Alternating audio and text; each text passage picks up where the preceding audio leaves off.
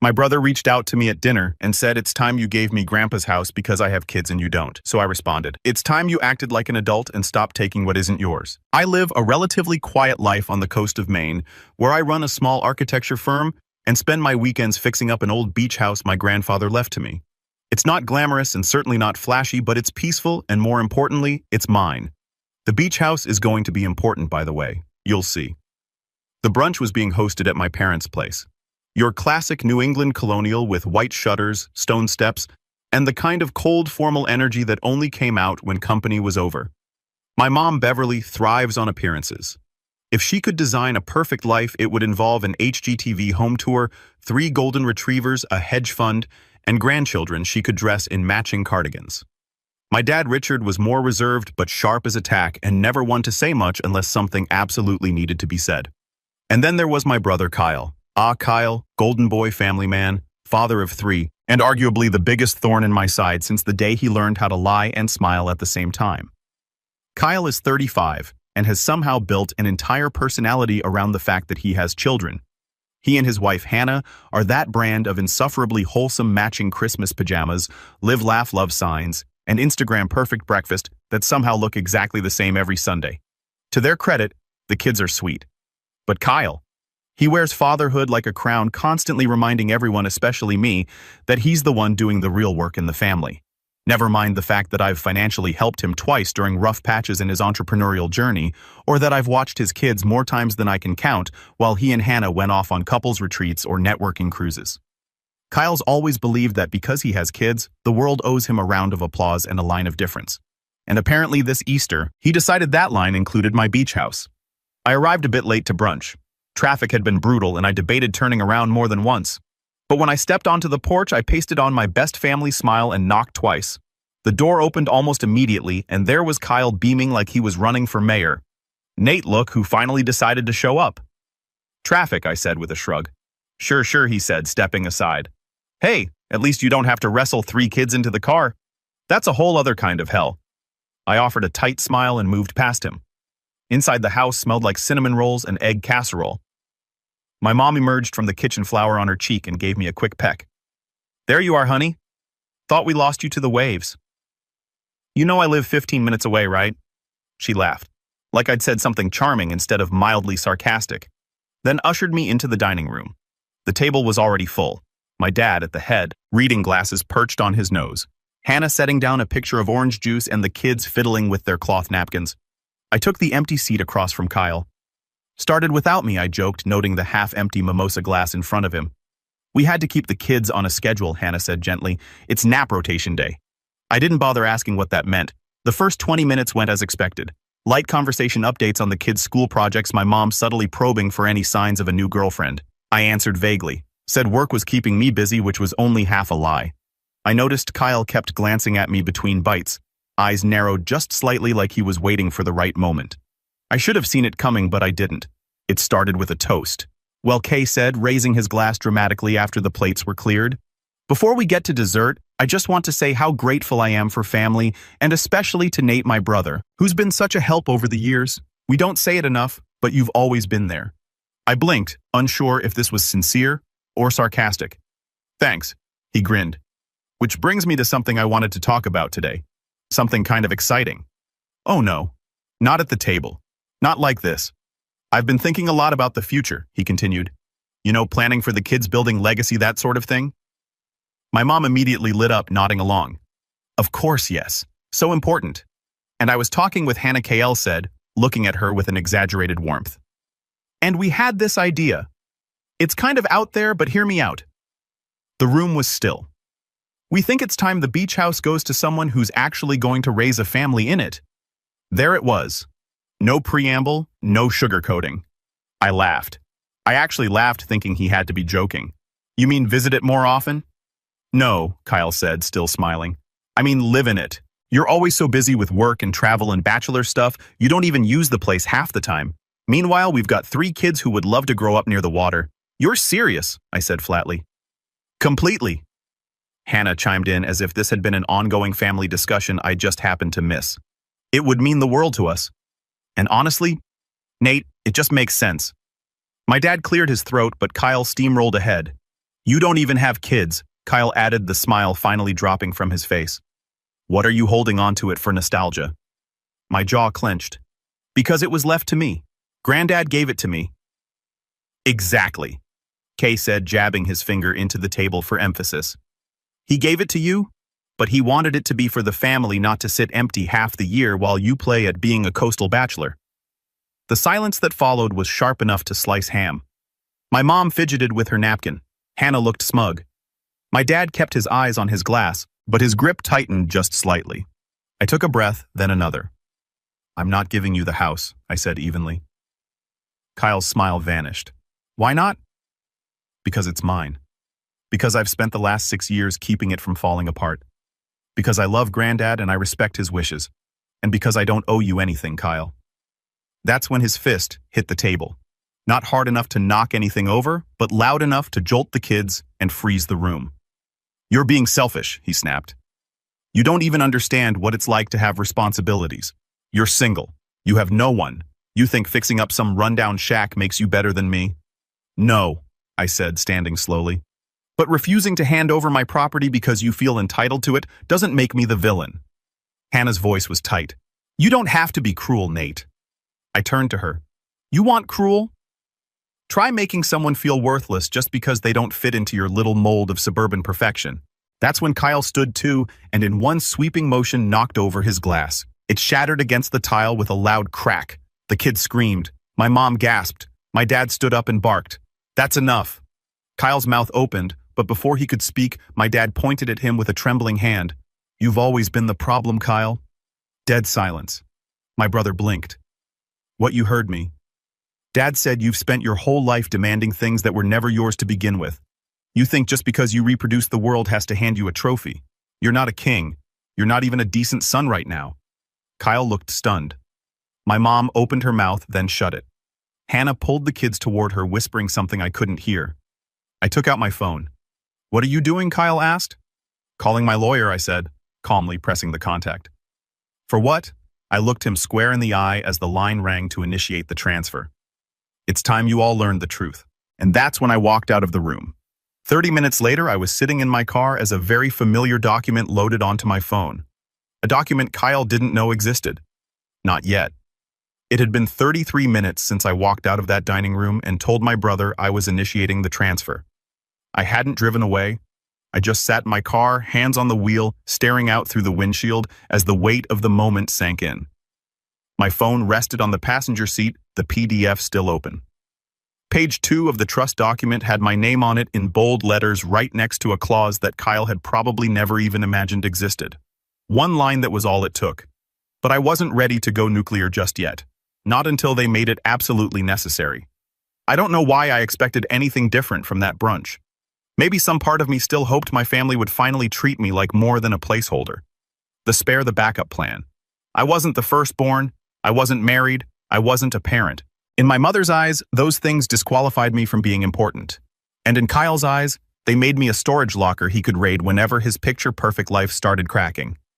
I watched the front door from my car. Nobody came out. No one texted. No one called. I waited 10 more minutes, then turned the key and drove off. Not back to my place, but to the beach house.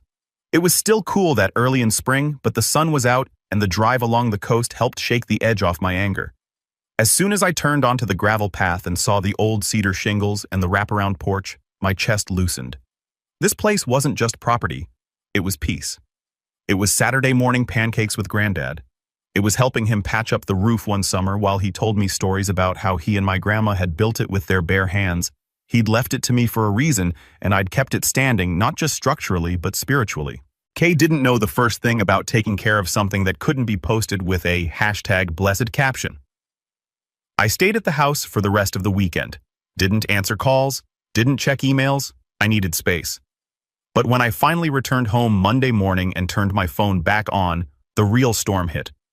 32 missed messages, 12 from Kyle, 10 from my mother, a few from extended family I hadn't spoken to in months. The subject line of one email from my mom just read, "You're being dramatic." Kyle's first voicemail came through the moment I connected to Wi-Fi. "Nate, what was that? You made a scene in front of my kids. You embarrassed me. Us? And for what a stupid house. You don't even have anyone to share it with. Call me back, fix this. The next one was shorter. Okay, if this is about what I said, maybe I went too far, but you seriously need to grow up. Then came the text from Mom. Honey, we need to talk. Kay told me everything, and I think you're being very reactive. This family needs unity, not tantrums. A tantrum, right? Because refusing to be steamrolled was now categorized as immature. But I didn't reply. Not yet. That night, I got an unexpected knock on my apartment door. I looked through the peephole and sighed. It was Kyle. He had that smile on again, the one he always used when he wanted something, but didn't want to ask directly. Nate, he said as I opened the door. Can I come in? I didn't move. Why? Because we're brothers, and because I think we both said things we didn't mean. I stepped aside mostly to avoid a scene in the hallway. He walked in and immediately scanned the place like he was evaluating it, like he was judging me. My walls weren't bare, but they were minimalist. My couch was a little old. My dining table was mismatched on purpose. It didn't have the Pottery Barn chic vibe he was used to. You know, he said, sitting down. This whole thing could have gone a lot smoother if you hadn't stormed out like a drama queen. I sat across from him. You demanded I hand over my house because I don't have kids. What did you think would happen? Kyle exhaled and leaned back, spreading his arms. Look, I get it. You're sensitive. You always have been, and you've always been entitled. He raised an eyebrow. Entitled me. Nate, I've earned everything I have. I blinked. You mean the down payment Mom and Dad gave you for your house? Or the time I covered your rent when your startup collapsed? That was years ago. Yeah. And I never saw a dime of it back. Kay rolled his eyes. It's not about money. It's about what makes sense. You live alone. You don't even use the beach house. My family needs that space. You don't need it. You want it. There's a difference. We sat in silence for a moment. Then he said something I'll never forget. You're going to die alone in that house, Nate. Is that what you really want? It wasn't a question. It was a verdict. I stood. You need to leave. Come on, man. Now he left. But he made sure to drop one last line on his way out the door. You're going to regret this. That week, the text from my mother intensified. She asked me to be the bigger person, told me I should think about the children, and even tried to remind me how much Kyle had gone through lately with work stress. Every message came with the same underlying current. Why can't you just give him what he wants? It wasn't just about the house. It never had been. It was about control. It was about erasing boundaries. And then the betrayal came. I got a call from a friend of mine who worked in real estate. We'd gone to college together, and he now handled some properties in our area. He sounded uncomfortable. Hey, Nate, quick question. Did you list the beach house? I frowned. What? No. He hesitated because someone tried to. What do you mean, tried to? He cleared his throat. Someone contacted our office claiming they had power of attorney on your behalf. They said they wanted to begin the paperwork to transfer ownership and eventually list it as a rental short-term like Airbnb stuff, but the documents didn't check out. Your name wasn't on anything they sent. My mouth went dry. Who was it? He said the name before I even asked. Kyle. I thanked him and hung up. My heart was pounding, but I wasn't surprised. I was angry. So angry, I felt cold. Kyle had crossed a line, and not just a petty one. He'd committed fraud, or at least attempted to. That was enough. I called my lawyer that night, not to bluff, not to posture, but to protect myself. I want everything documented. I told her I want to make it absolutely clear that no one else has any claim to the house. I want Kyle legally blocked from even approaching it, and I want to enforce the trust. She didn't hesitate. We'll lock it down. Do you want to pursue charges? I paused. Not yet. The next day I got a message from my dad, just 5 words. Come by, we need to talk. He wasn't the type to send cryptic texts, and he almost never took sides. So I went. When I arrived, he was in his study, an old room with wood paneling and a dusty globe that hadn't moved in years. He gestured for me to sit and didn't say anything for a while. Just poured 2 glasses of scotch and handed me one. I saw what he tried to do. He finally said, my eyebrows raised. How? He gave me a tight smile. I have eyes and friends. I took a sip and I'm tired, Nate. Tired of watching your brother manipulate this family. Your mother shields him because she thinks raising a family is the ultimate virtue. But you've built something quietly honorably, and for some reason you keep getting punished for it. I didn't speak. I wasn't used to being praised by my father. Not like that. I didn't know about the trust clause until your grandfather's lawyer called me yesterday. He continued, smart move. That caught me off guard. Wait, he called you. My dad nodded. Apparently, your grandfather anticipated this. Not necessarily Kyle, but the possibility of future disputes. That clause gives you full legal protection and blocks any third-party claim unless explicitly approved by you. It's airtight. Why didn't he tell me about it before? Because he knew you wouldn't abuse it. That was the moment it all shifted for me. The betrayal had stung. The favoritism had worn me down over the years. But now I knew someone in this family had believed in me. Granddad saw this coming, and he chose to protect me even after he was gone. But I wasn't the only one with cards left to play. Because what Kay didn't know, what nobody knew, was that the beach house wasn't just under a trust. It was under a second trust too. One that had been quietly growing in value. And it had a clause of its own, one that was about to make this whole thing a lot more complicated and a lot more public. For the first time in weeks, I slept not well, not deeply, but without waking up drenched in adrenaline or fury. It was the kind of sleep you get after a long fever, not restful but empty, and for now, that was enough. When I opened my eyes the next morning, I stared at the ceiling for a long time, letting the gray light filter in through the blinds. It was a new day, and I had just hit the lowest point in my family's history. Kay had tried to steal my house, not just argue over it, not guilt-trip me or manipulate me in front of the family. He had actively, deliberately, and illegally tried to assume control of my property, then had the audacity to parade around like I was the one causing problems. And Mom, she hadn't said a word about it, not even after the attempted real estate transfer, not when I stopped answering calls, not when I skipped her check-in brunch the following Saturday. The silence from her side felt colder than Kyle's betrayal. At least Kyle had been open about his ambition, even if it was disguised under self-righteous garbage. My mom, her silence meant consent. She wanted me to roll over. She expected me to give up and let Kyle win like always. I didn't. But I also didn't lash out. I didn't retaliate. Not yet. Instead, I started building quietly, carefully, and piece by piece. It started with the second trust. A few days after my talk with Dad, I called my grandfather's old attorney. He was retired now, but his son had taken over the practice and he still lived in town. I asked if we could talk in person. We met at a quiet cafe downtown. He was thinner than I remembered, hair completely white now, but his mind was sharp as ever. As soon as I mentioned the secondary trust, he smiled like I'd passed some kind of test. "You're the first one to ask about it," he said. I blinked. "You mean Kyle? No one even knows it exists." "Nate, it was created under a different name. Your grandfather wanted it that way." I sat back stunned. "Why?" He leaned in. "Because he believed in planning for both war and peace." I found out that day that the beach house wasn't just a nostalgic piece of family history. It sat on a highly desirable plot of land, and over the past decade, the value of the property had quietly tripled. My grandfather had anticipated this, so he set up a second trust, one that included not just the land the house sat on, but a strip of undeveloped land behind it that had access rights grandfathered in. The second trust wasn't tied to my name publicly. It was protected, dormant, and waiting. And now that Kyle had made his move, I was legally in a position to activate it. The only thing it needed was a trigger, and Kyle had given me one. I walked out of that cafe with more than just a legal advantage. I walked out with clarity, but even with that wind tucked away in my back pocket, the next few weeks weren't easy. The fallout came slowly.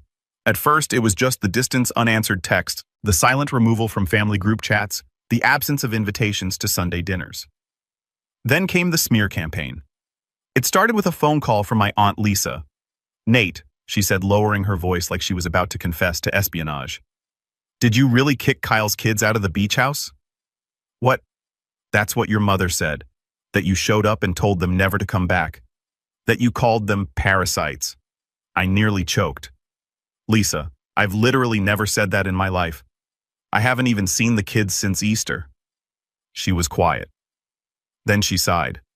"I figured, just wanted to hear it from you." And that's when I realized the full scope of what was happening. Kyle and my mom weren't just rewriting the story. They were actively painting me as unstable, as cruel, as someone unfit to manage the legacy of the house. A few days later, I got an email from an old family friend, a pastor who had known my grandparents well. "I'm sorry to hear what's happening between you and your brother. Please know that you're all in my prayers. But if you ever want to talk, I'd be happy to help you sort through whatever pain you're carrying. Whatever pain I'm carrying."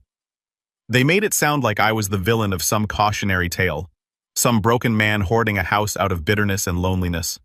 That one stung. I won't lie. I spiraled a bit after that. I canceled a few work meetings, turned down new projects. I couldn't focus. Every time I opened my laptop, I saw Kyle's smug face in my head or my mom's disappointed frown. I knew I was doing the right thing, but it didn't feel like it. It felt like betrayal, not mine, but theirs. And betrayal always cuts deepest when it comes from people you still want to love you. But in that quiet spiral, something started to shift. One night, I drove to the beach house again. It was late, almost midnight, and I hadn't told anyone I was going. I just grabbed a jacket, packed a thermos of coffee, and left. When I got there, I walked out to the back porch and sat down. The ocean was dark and calm. The wind was sharp. The stars were out, and for the first time in weeks, my thoughts slowed down. I remembered helping Granddad repaint the porch railing. Both of us covered in white specks, laughing about how neither of us was cut out for this contractor stuff. I remembered him showing me how to change out an old breaker box, or the time we tore out the kitchen tiles and replaced them with slate. He believed in doing things yourself, in ownership, in legacy, not the kind you leave on Instagram, but the kind you build one careful decision at a time.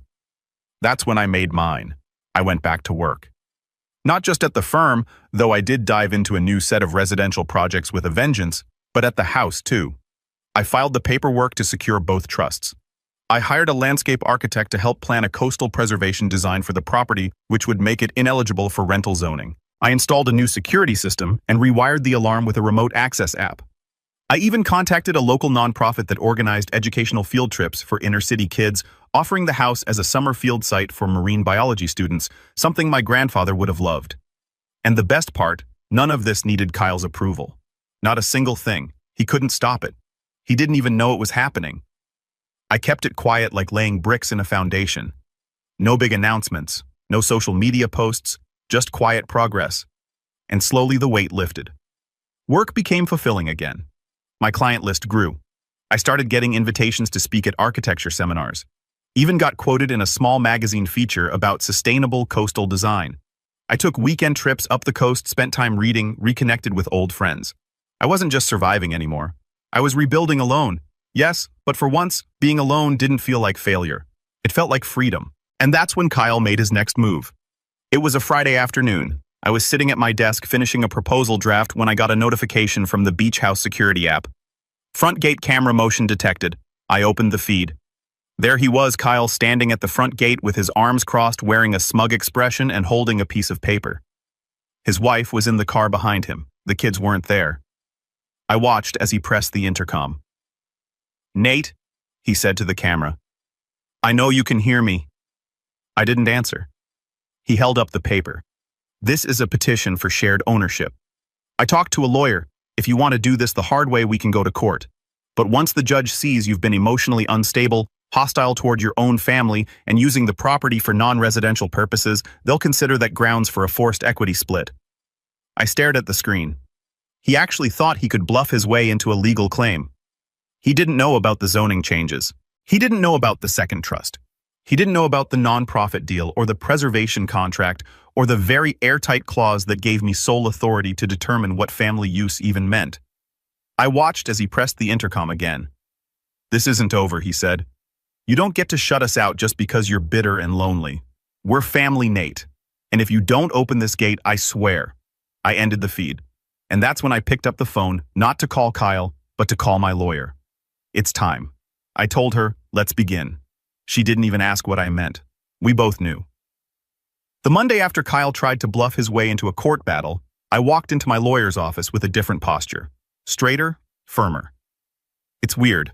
I hadn't realized how much I'd been carrying until I finally set it down. The shame, the guilt, the decades of being the fallback son, the one who didn't get the spotlight because he didn't have the right family photo for the Christmas card. But after everything, the lies, the manipulation, the fake power of attorney stunt, I was done playing nice. It was time to fight fire with fire, not with rage, with precision. Margot, my lawyer, had been waiting for me. Her office was a modest brick building near the harbor. Nothing flashy, but her desk was always spotless and her mind razor sharp. She slid a manila folder across the desk before I'd even sat down. "That's the preservation clause finalized and signed by the county." She said zoning is officially locked. No rentals, no subdivisions, no joint residential claims. That land is now legally protected as educational and environmental property unless otherwise revoked by you. I opened the folder and scanned the stamped document. It felt heavier than paper, like a sword I hadn't realized I'd been forging. He can't touch it now, I said. Not even with a wrecking ball, she replied. The only way he could argue any claim to it is if you voluntarily gave up your rights. And after the fraudulent real estate stunt, that's not happening. I nodded. Perfect. Now let's go one step further. Margot raised an eyebrow. Go on. I want to make a statement, I said. Not just a legal win, something public, something that puts an end to the idea that I'm the selfish one, that I'm the unstable one. She smiled slowly. I was hoping you'd say that. And so the setup began. Step 1, documentation. We compiled every interaction between me and Kyle over the past year. The texts, the emails, the voicemails, the fake power of attorney attempt, which my real estate friend was more than happy to provide a written statement about. The footage from the security cam where Kyle threatened to take me to court. Every passive-aggressive group chat message. Every snide remark from Hannah pretending to just be concerned. It was a full dossier of narcissism, entitlement, and manipulation, neatly categorized in labeled folders.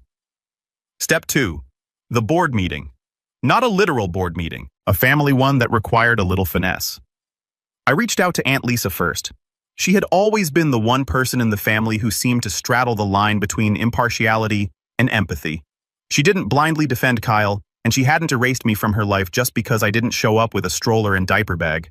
Lisa, I said over the phone, would you be willing to host a family dinner next weekend? Just the core group. There was a pause. That depends. Is this about the house? Yes, I said, but not in the way you think. She agreed. Step 3. Setting the bait. I sent a text to Kyle. Short, controlled family dinner at Lisa's next Saturday. I'll be there. I think it's time we cleared the air. No explanation, no emotion, just enough mystery to stir the pot. I didn't expect him to respond, and he didn't. But the read receipt was there, which meant he'd seen it. I could imagine the conversation that followed. Him showing Hannah the message, spinning theories about what I was planning, him pacing their kitchen, wondering if I was bluffing or laying a trap. Good. Let him wonder. Let him sweat. In the days leading up to the dinner, I kept busy. I scheduled a meeting with the nonprofit and finalized the educational agreement. I posted an update on my firm's website about our newest eco-design project. A subtle nod to the Beach House initiative, but without naming names. I made sure everything was backed up. Every contract, every document, every recorded voicemail, because Kyle wasn't just a spoiled sibling anymore. He was a liability.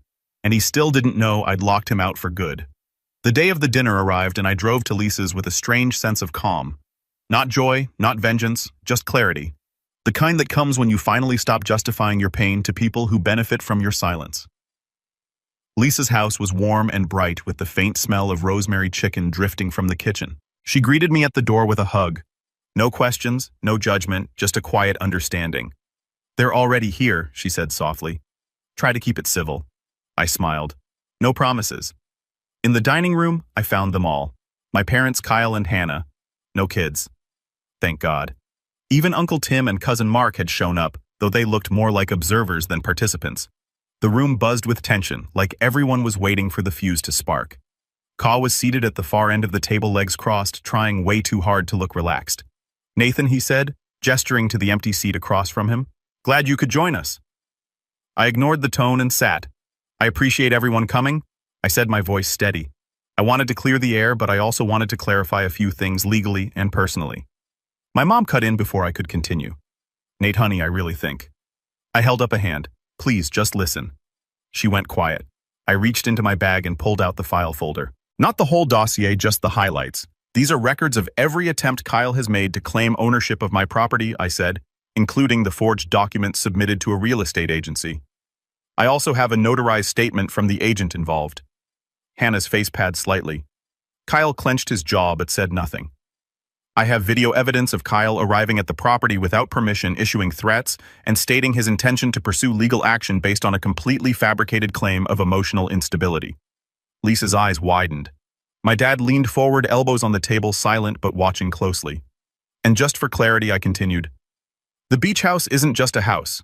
It's now part of a preservation trust. Zoned, protected, legally untouchable without my explicit permission, which Kyle will never have. Now, Kyle spoke. So what, you came here to brag, to wave your little papers around and act like you're some genius? What's your endgame, Nate? Burn every bridge in the family just to prove a point. I looked him dead in the eyes. No, I came to make it clear that the old dynamic is over. You don't get to bully guilt or manipulate your way into things that don't belong to you.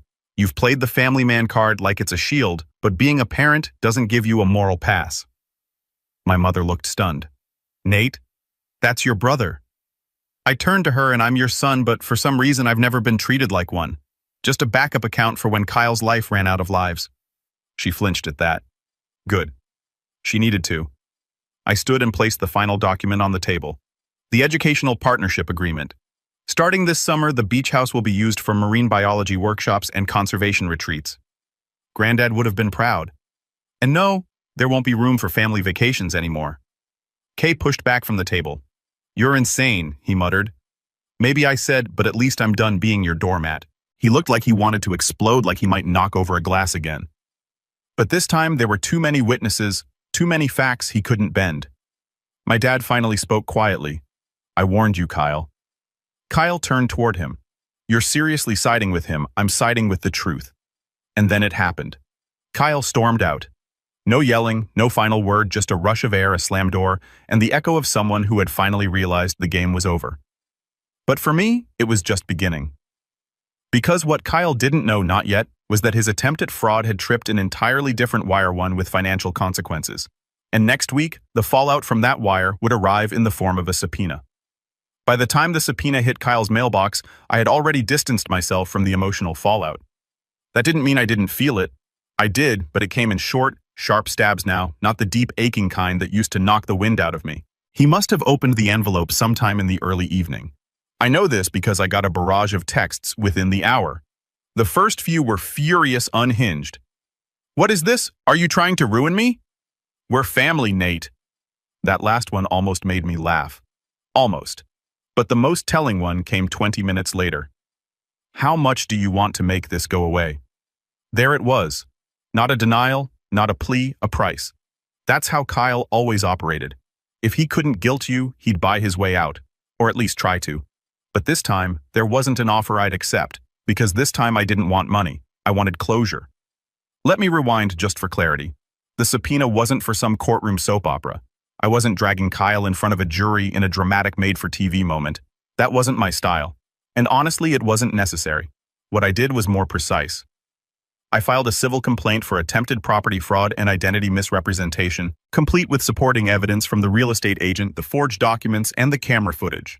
Margot, my lawyer, submitted everything with the county clerk's office, which triggered the subpoena and a formal court-ordered mediation hearing. Now here's the thing.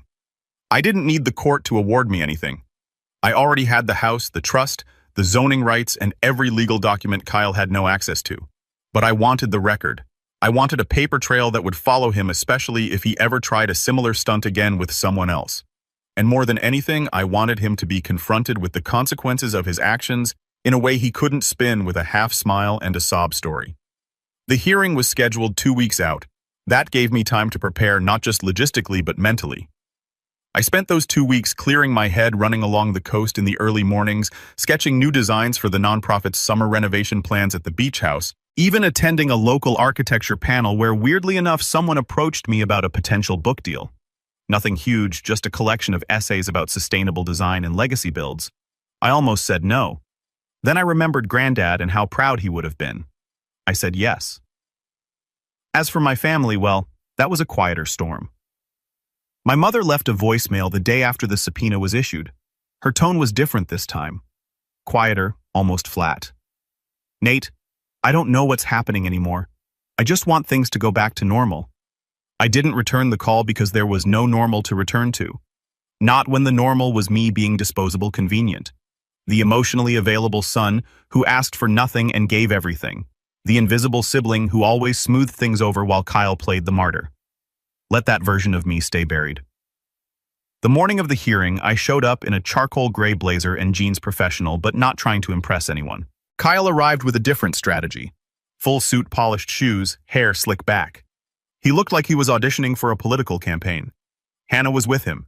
She wore sunglasses indoors like this was an episode of Real Housewives and not a county mediation hearing. Margot met me in the lobby. You good? She asked. I nodded. Better than ever. Inside the conference room was neutral and beige with a long oval table and 2 sets of chairs on either side. A court-appointed mediator sat at the head, a calm woman in her 50s with a clipboard and an expression that said she'd seen every kind of family implosion imaginable. The hearing began with standard procedures introductions, the reading of the complaint, confirmation of attendance. Then we got to the evidence. Margot laid it all out chronologically, factually, calmly, the forged documents, the real estate agent's testimony, the video of Kyle at the gate, the audio clip of his threats, the property zoning paperwork, the signed trust agreements, both of them. Kay didn't say a word. Neither did Hannah. The longer Margot spoke, the more color drained from their faces. You could tell they hadn't expected this much preparation, this much proof. They thought I was bluffing just like always. When it was Kyle's turn to respond, he cleared his throat and tried to sound composed. "This is all a misunderstanding," he began. "I was trying to protect a piece of family property. Nate's been unstable lately, and we were concerned that he might do something irrational. Irrational like calling the police." The mediator asked without blinking. Kyle flinched. "I didn't mean—" "I have a question," she said, turning to him directly. "Were you at any point granted legal authority to act on behalf of your brother regarding the property?" Kyle hesitated. "No, but I assumed. That's all I need." "Thank you." The rest of the hearing was a formality. The mediator concluded that while no criminal charges were being pursued, the civil complaint would remain on record, and any future attempts to access or claim the property without legal documentation would be considered grounds for escalation, including a potential restraining order or fraud investigation. In short, he'd been warned in writing on record for life. As we stood to leave, Kay tried to make one last move. He leaned in low enough that only I could hear. "You think this makes you better than me? You'll always be alone in that house, just like you were always alone in this family." I smiled. Not cried, just with quiet certainty. I'd rather be alone with integrity than surrounded by people who only show up when they want something. He blinked. Then I walked out. The fallout came quickly after that. Hannah started showing up to Sunday dinners without Kyle. Word had spread about the hearing not just in the family but in the community. People talk, especially in coastal towns. And when they found out he'd tried to forge documents to steal his own brother's house, the tide turned fast. He wasn't fired from his job. His father-in-law owned the company, but he lost several clients. One of them emailed me to say they were no longer comfortable working with someone who behaved so recklessly. As for Mom, she went quiet again. Not in the cold way, more like someone who'd been hit with a truth she couldn't unsee. 2 weeks after the hearing, she sent a box to my apartment. Inside was an old family photo album, one I hadn't seen in years. Tucked into the first page was a note. "I don't know if I ever saw you clearly, Nate. I'm sorry it took losing something for Kyle to see you, but I see you now, and I hope someday you'll let me make it right." I haven't responded yet. I don't know if I will. Some wounds heal, but the scarred tissue never forgets. Still, I kept the album. That summer, the beach house came alive again. Not with family barbecues or forced holiday brunches, but with the sound of laughter from kids discovering tide pools, college students measuring erosion levels, volunteers planting dune grass. I partnered with a marine biology professor who brought his students for fieldwork. I gave a talk on coastal preservation. I even let them name the new workshop cabin they built behind the house, the Williams Retreat. They asked me to speak at the dedication. I kept it short. This place was built with love. It survived storms, selfishness, and silence, and now it gets to give something back. I didn't mention Kyle.